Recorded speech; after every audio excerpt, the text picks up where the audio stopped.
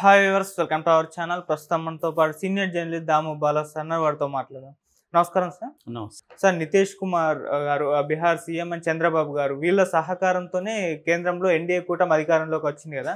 అయితే వీళ్ళు ప్రత్యేక హోదా ఇస్తారా, వీళ్ళు అడుగుతారా అని చెప్పేసి అప్పుడు చర్చలు అయితే జరిగాయి. ఇప్పుడు నితీష్ కుమార్ గారు ప్రత్యేక హోదా కోసం పట్టుబడుతున్నారు, ఆయన అడగబోతున్నారు అని చెప్పేసి వార్తలు వస్తున్నాయి. అయితే ఈ నేపథ్యంలో మరి చంద్రబాబు గారు అడుగుతారా, ఆంధ్రప్రదేశ్కి ఇస్తారా అసలు ప్రత్యేక హోదా అన్న దానిపైన కూడా చర్చలు జరుగుతున్నాయి. మీ ఒపీనియన్ సార్ దీనికి? ఇప్పుడు అంటే చంద్రబాబుకు ఒక సమస్య వచ్చి పడింది. అదేంటంటే బీహార్ లో నితీష్ కుమార్ రన్ చేస్తున్న party Janata Dal, United Janata Dal. United Janata Dal జాతీయ కార్యవర్గం నిన్న ఒక తీర్మానం చేసింది. ఆ తీర్మానంలో ఏంటంటే బీహార్కు ప్రత్యేక హోదా కావాలని కేంద్ర ప్రభుత్వాన్ని మేము కోరుతున్నాం అని అఫీషియల్గా పార్టీ తీర్మానం చేసి కేంద్రానికి పంపింది. సో దాంతోపాటు వాళ్ళు 65% రిజర్వేషన్కి సంబంధించి రాజ్యాంగంలో 9th షెడ్యూల్లో కూడా పెట్టాలని కూడా ఒక డిమాండ్ చేశారు.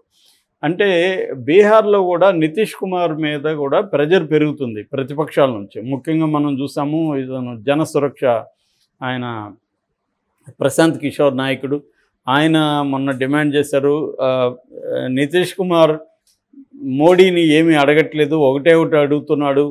అదేంటంటే 2025లో బీహార్లో ఎన్నికల్లో వస్తున్నాయి, సో అప్పుడు నేనే సీఎం కావాలి, నన్నే సీఎం చేయండి అని అడుగుతున్నాడు తప్ప బీహార్కి రావాల్సిన ప్రత్యేక హోదా అడగట్లేదు, ఇక్కడ రైతులకు సంబంధించి చెరుకు ఫ్యాక్టరీలు అడగట్లేదు, మన పిల్లలకు సంబంధించి ఉద్యోగాలు అడగట్లేదు అని ప్రశాంత్ కిషోర్ విమర్శించాడు. సో ఈ ప్రెజర్ అక్కడ ఉంది. అందుకని ఇప్పుడు ఆ ప్రెజర్ని తట్టుకోవాలంటే 2025లో ఎన్నికలు ఉన్నాయి కాబట్టి, అంటే ఇంకో 1 year ఉంది అంతే. సో ఈ ఎన్నికల లోపల ప్రత్యేక హోదా సాధించగలిగితే తనకి రాష్ట్రంలో తిరుగుండదు. సో అది అతని ముందున్న కర్తవ్యం. చంద్రబాబుకి ప్రెజర్ లేదు. 5 ఏళ్ల పాటు చంద్రబాబు బిందాస్గా ఉండొచ్చు. ఎందుకంటే ఇప్పటికిప్పుడు ఇటు వైసీపీ కూడా కోలుకొని ఫైట్ చేసే పరిస్థితి లేదు. ఆల్రెడీ జగన్ 6 నెలలు చూద్దామని చెప్పేసి సైలెంట్గా ఉండిపోయినాడు. సో ఇప్పటికిప్పుడు ప్రెజర్ లేదు. ఒకవేళ చంద్రబాబు వాళ్ళ జోలికెళ్ళి జగన్ ఏమన్నా అరెస్ట్ చేస్తే తప్ప అదర్వైజ్ చంద్రబాబుకి ఇప్పటికిప్పుడు ఏ రకమైన ప్రెజరు కనిపించలేదు ప్రజల నుంచి. కానీ ప్రతిపక్షం అంటే ఇంకా వైసీపీనే.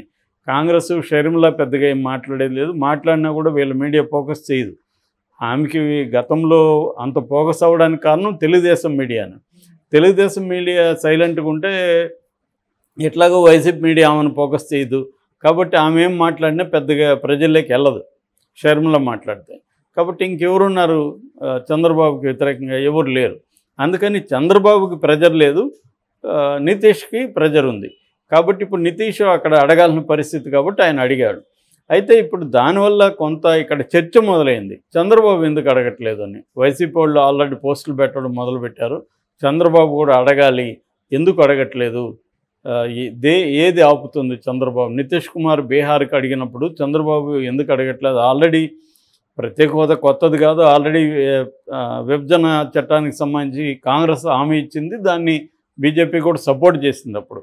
సో బీజేపీ అధికారంలోకి వచ్చి 10 ఏళ్ళు అయినా కూడా ప్రత్యేక హోదా ఇవ్వకపోయారు. కనీసం ప్యాకేజీ లాంటిది ఇవ్వలేదు. బుందేల్ఖండ్కి ఇచ్చారు, అట్లా వెనుకబడిన ప్రాంతాలకు కొన్ని ప్యాకేజెస్ ఇస్తున్నారు.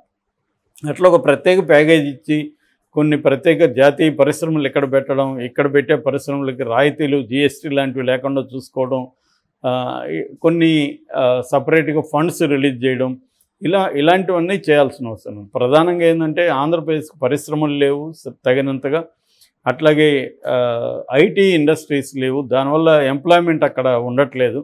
ప్రధానమైన సమస్య ఎంప్లాయ్మెంట్కి. అట్లాగే కొన్ని ప్రాజెక్ట్స్ మనకి ఆగిపోయినాయి. మన పోలవరం కావచ్చు, లేకపోతే కడప ఉక్కు కావచ్చు, మెట్రో కారిడార్ కావచ్చు, విశాఖ మెట్రో ప్రాజెక్ట్ కావచ్చు, ఇట్లా అనేకం ఆగిపోయినాయి మనకి. అట్లాగే మనకి ఒక సుదీర్ఘమైన దాదాపు 1000 కిలోమీటర్ల పొడవైన కోస్టల్ బెల్ట్ ఉంది.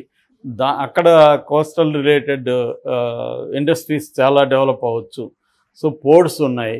ఇట్లా అనేకం ఆంధ్రప్రదేశ్ స్పెసిఫిక్గా రావాల్సిన అనేకం కేంద్రం నుంచి రావాలి. అవి రావాలంటే ప్రత్యేకమైన ప్యాకేజ్ ఇస్తే కానీ కేంద్రం ఇవ్వలేదు. ఎందుకంటే ఒక రాష్ట్రానికి ఎక్కువ ఫండ్స్ ఇచ్చి ఇంకొక రాష్ట్రానికి ఇవ్వకపోతే ఇబ్బందులు ఉంటాయి.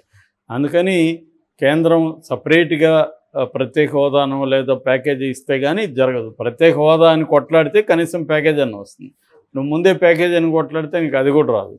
కాబట్టి ఇప్పుడు కొంతమంది ఇంతకుముందు ప్రత్యేక హోదాకు పనిచేసిన శ్రీనివాస్ లాంటి మేధావులు కానీ లేకపోతే వైసీపీ సోషల్ మీడియా కానీ మెల్లమెల్లగా స్టార్ట్ చేసింది.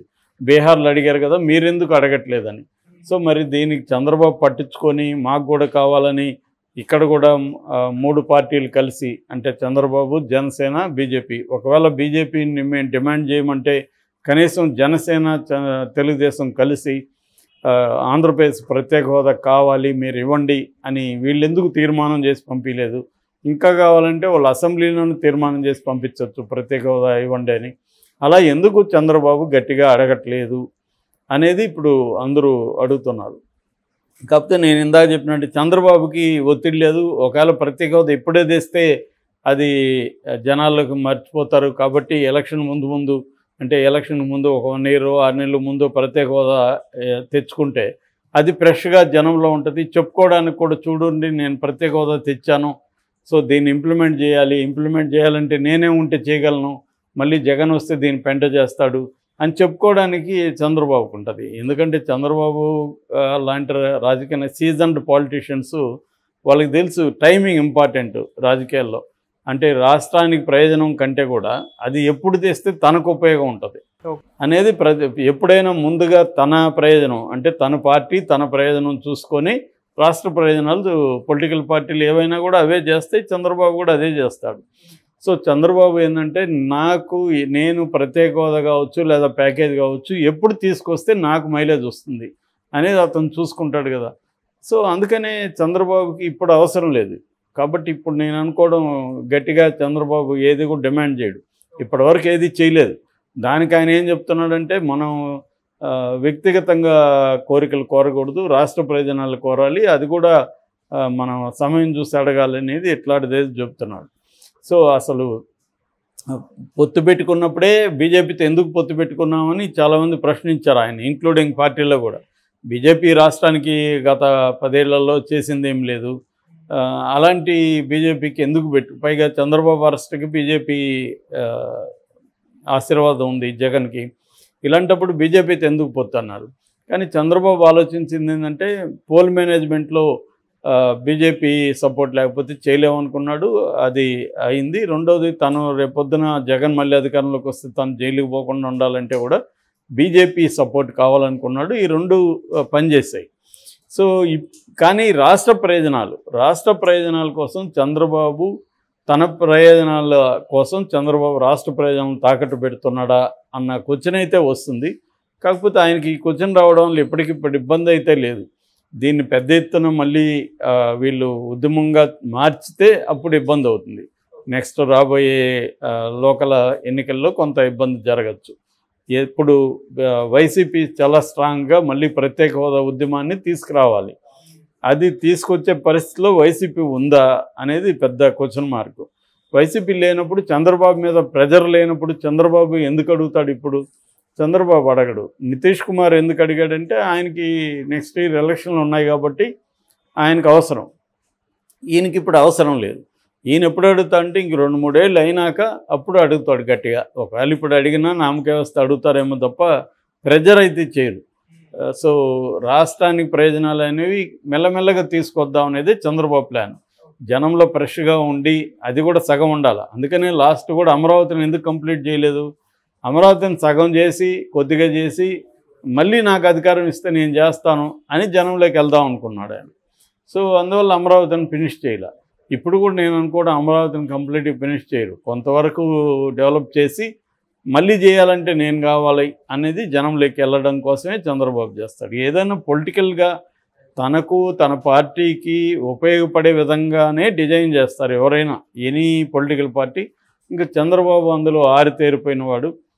ఇవాళ ఉన్న చాలామంది సీనియర్ నాయకుడి కంటే కూడా సీనియర్ ఆయన కాబట్టి ఆయనకి తెలుసు ఏ వ్యవహారాన్ని ఎప్పుడు టైమింగ్ అనేది ఎంత ఇంపార్టెంటో తెలుసు ఆయనకి రాజకీయాల్లో.